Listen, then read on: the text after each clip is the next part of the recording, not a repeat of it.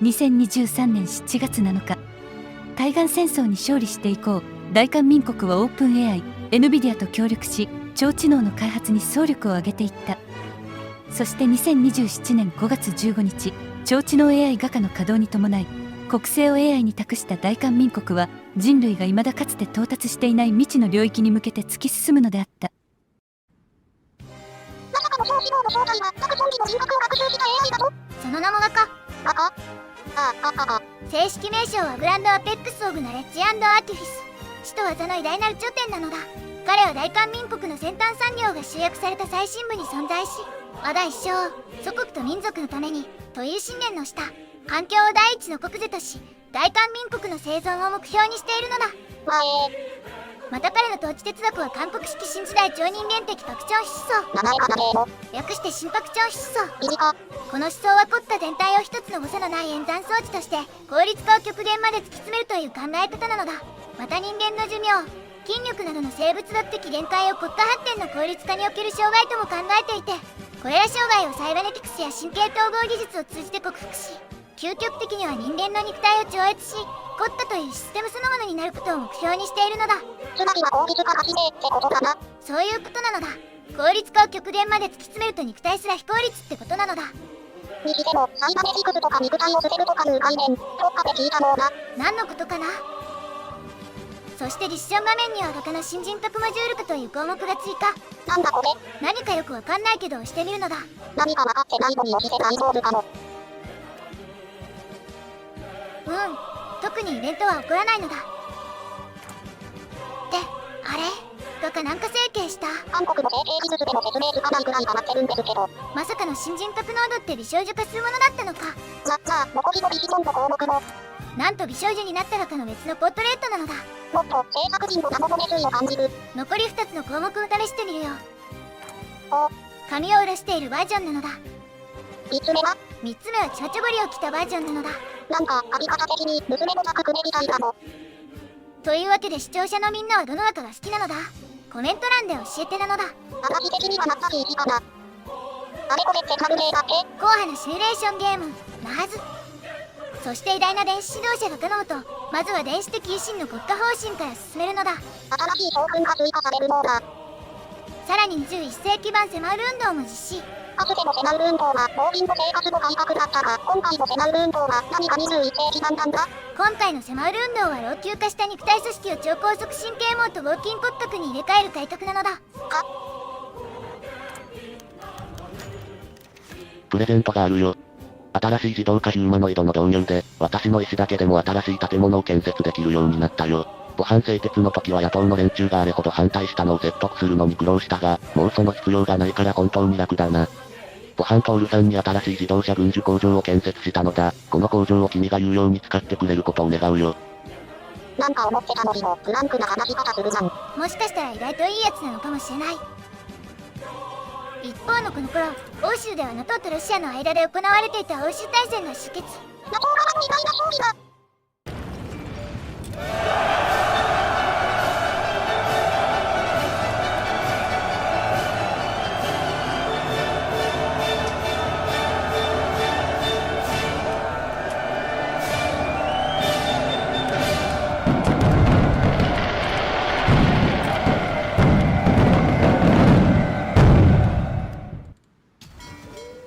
欧州大戦終結後、ソ連ではロシア革命が勃発。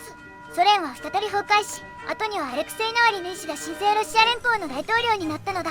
ナイルナシダナスが大統領になったが、ナワリヌイって大ロシア主義者だったのな。時間は多少前後して、ちょうどこの頃、大韓民国国内では監視官と呼ばれる AI が稼働を開始。176ゼタフロップスという人間の認知能力をはるかに凌駕する演算能力で、不散の港湾物流からソウルの信号、地方のレジ工場の生産工程まで、あらゆる経済活動の統制を完璧にこなし始めたのだ。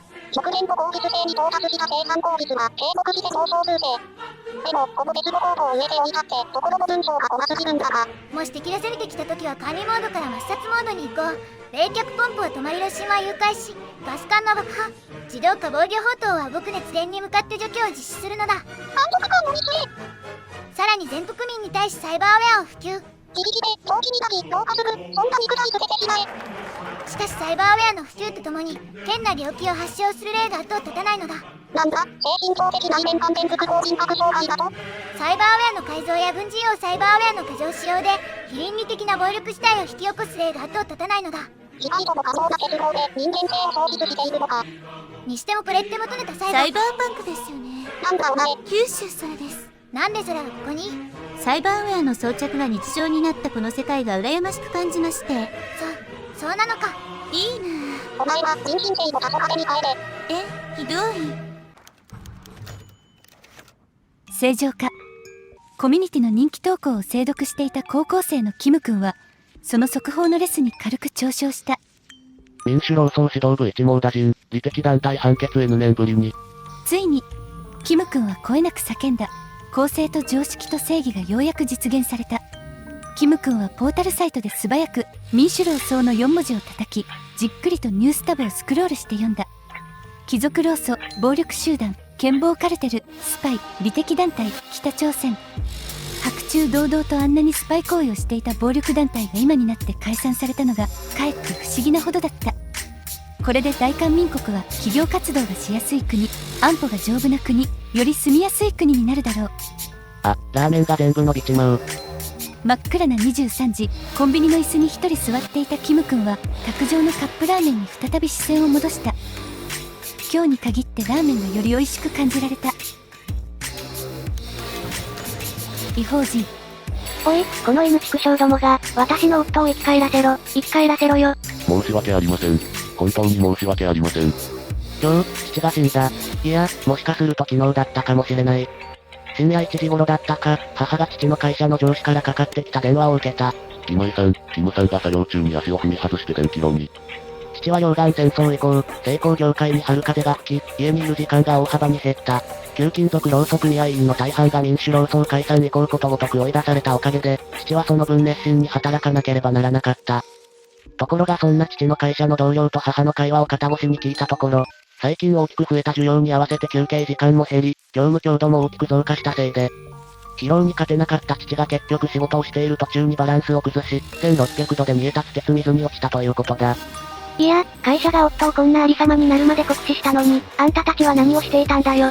我々も労組へ尋ねてはみましたが、会社側と実交渉が行われるから待てという言葉以外は、あの時は労働者たちの権利を守るとか言ってたのに、労働解放だのなんだと叫んでいたのに、いざこうして人が死んでいく最中には太平に交渉だ？意見書を入れただと、労組は入っていて本当に得になることがあるのか？そもそも労組は何の略語なんだ？ちょっと待て、労組は何の略語だっけ？母は父の死体回収が難しいという会社側の職員の連絡に、より悲しく泣いていた。私は何もできなかった。結局私は労組が何の略なのか、ついに思い出せなかった。キム君のお父さんは民主労総に入っているのが悪かったな。彼の父が韓国労総に入っていればこんなことにはならなかった。ただそれだけのことだ。でも金属、製造業は民主労総に入っているのが大半だし、キム君の父が金属業で働く限りこうなるのはどっちにつったり。まあ、何はともあれ北韓のスパイとの接触疑惑がかかった民主労総は解体されたのだ。そしてこの頃から国内では新経済5カ年計画が始動。市場放任から政府主導で戦略産業を集中的に育成するのだ。新経済5カ年計画を達成。ミッション画面に新経済5カ年計画に関するものが追加されたのだ。民間部門にはデジタルペナル運動、6時間時体制、交番体制の改善。一方の巨大計画には核融合発電の停止対象要化、食料自給率改善の電池プロジェクト、日韓トンネルなんかがあるのだ。全部成功して進めていくぞ。どの計画を達成したら大韓民国にいい影響を与えてくれるのだ。同時に国内では反共主義強化も実施。学校教育で反共教育を取り入れるのだ。反日教育をそのまま反共に切り替えるだけが簡単だな。さらに野党民主党を調査。この調査って大丈夫なマジか？弾圧じゃないのか？全くもって弾圧などではないのだ。そもそも野党内から誇り一つ出ないのならば、我々のこの調査にも労働党を応じてくれるはずなのだ。そして調査の結果、民主党の有力議員に深刻な水準の不正疑惑が発見されたのだ。まあこうなることは察してたもん。これを受けて民主党の支持率は急落。もはや民主党は政治の場からの退場を余儀なくされたのだ。一部民主党支持者は現状の韓国政治をファシズムだと非難したが、むしろ余計に世間からも反感を買ったそうだ。当然の結果なのだ。少し時間は飛んで2029年3月、この辺りで以前から進めていた巨大計画が完成し始めたのだ。これは食料自給率改善と電気プロジェクトだな。農場という名の巨大な場で無頭部太陽を遮り、その中ではドローンで自動で農作業を行っているのだ。当面8月にはケイズターが商業稼働を開始。もはや火力発電、再生可能エネルギーを解くのになったのだ。最高効率で電気の時代も。そして9月には日韓海底トンネルが開通、貨物輸送や旅客輸送を行い、両国経済にいい影響を与えるのだ。というのが建前で、本当は人民解放海軍に海上封鎖をされた際、日韓トンネルを使って軍需物資の無償を行うんだけどな。ここでロシアとウクライナ間で基盤危機が発生。旧ソ連の欧州大戦での敗北後、混乱を沈めた新生ロシアは再び東欧に支配域を拡大、九段共和国に侵攻をしようとしたところ、ウクライナが介入してきたか。そしてそのウクライナは NATO に加盟しているのだ。これは再び大戦争の予感。また欧州で大戦争だー。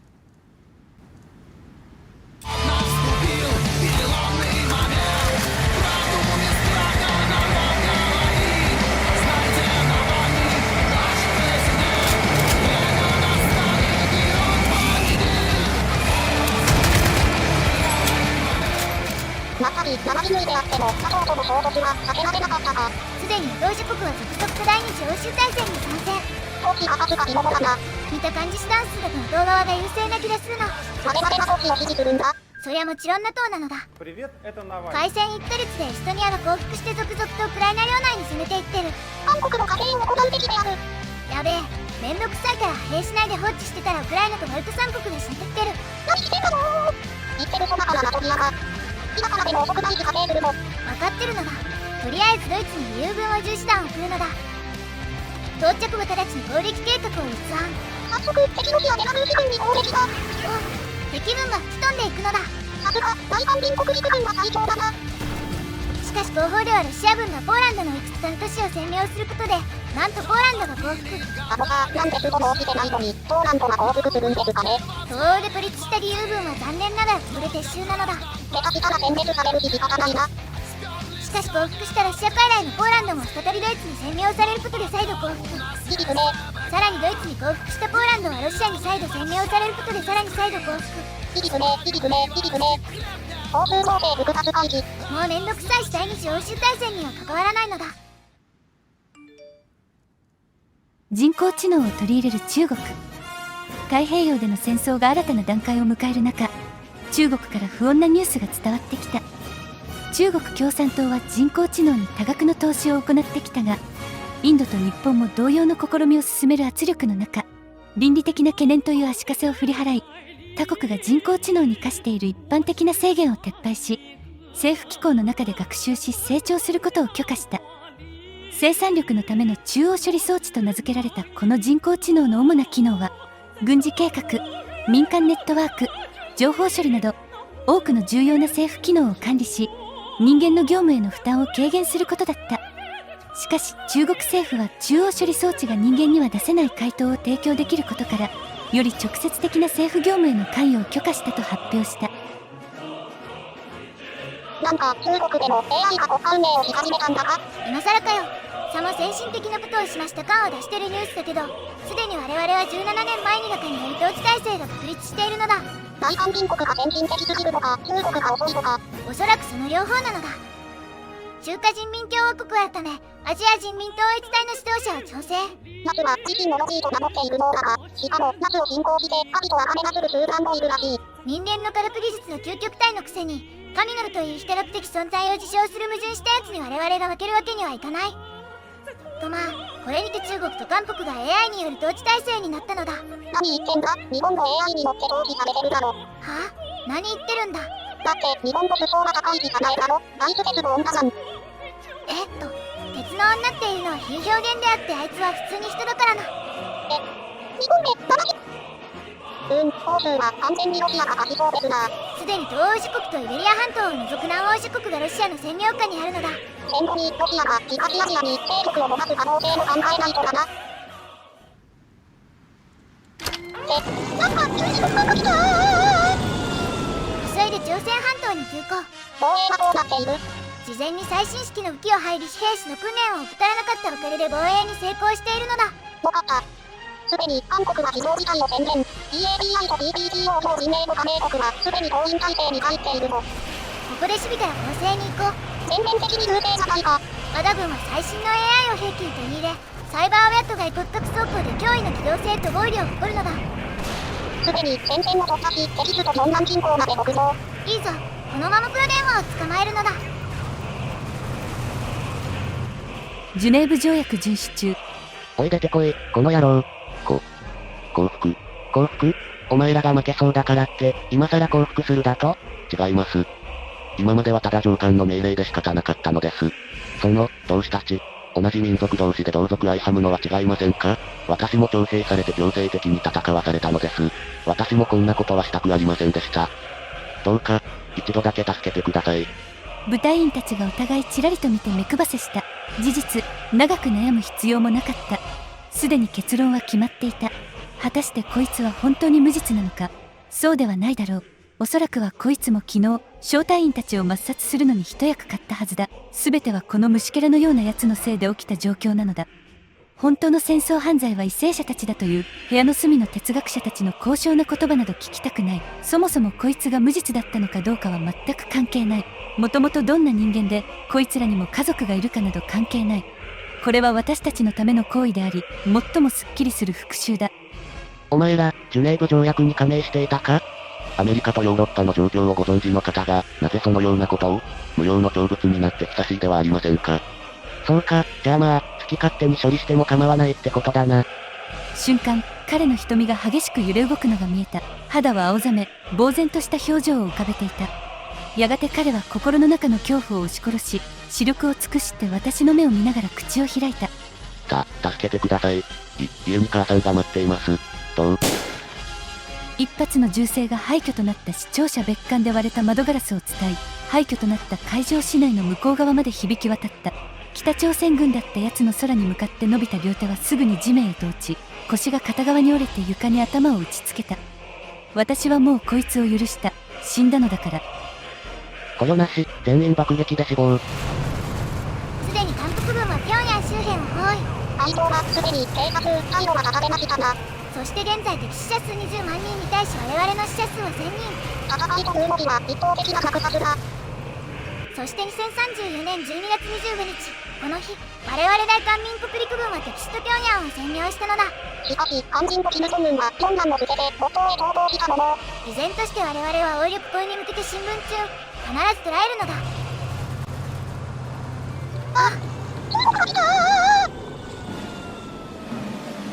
アジアでの大戦争、台湾戦争が終結して以来、誰もがこの瞬間を待ち望んでいた。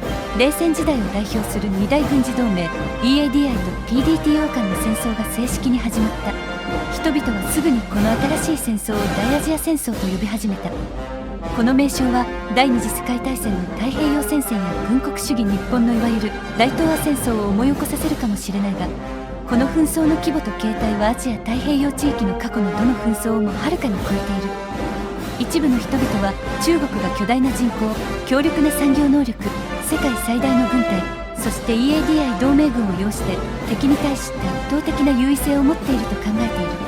さらに EADI 加盟国は中国本土を安定した後方基地として使用でき、内戦の利点を生かせる。一方で日本主導の PDTO は地理的に中国を取り囲み封鎖しており、 PDTO が支配する広大な海域が海上優位性と安定した貿易ルートを保障していると主張される。さらに PDTO は主に民主主義国家で構成されており、これは権威主義的な EADI に対しイデオロギー的優位性を与えている。結局のところ、戦争の行方は開始の瞬間から純粋な力によって決定づけられてきた。陸から海へ、空から宇宙へ、そして今ではサイバー空間も含めて、戦争の神が人類の政治的景観を今後半世紀にわたって形作る血生臭いゲームを開始した。アジア太平洋地域を通して炎が上がる。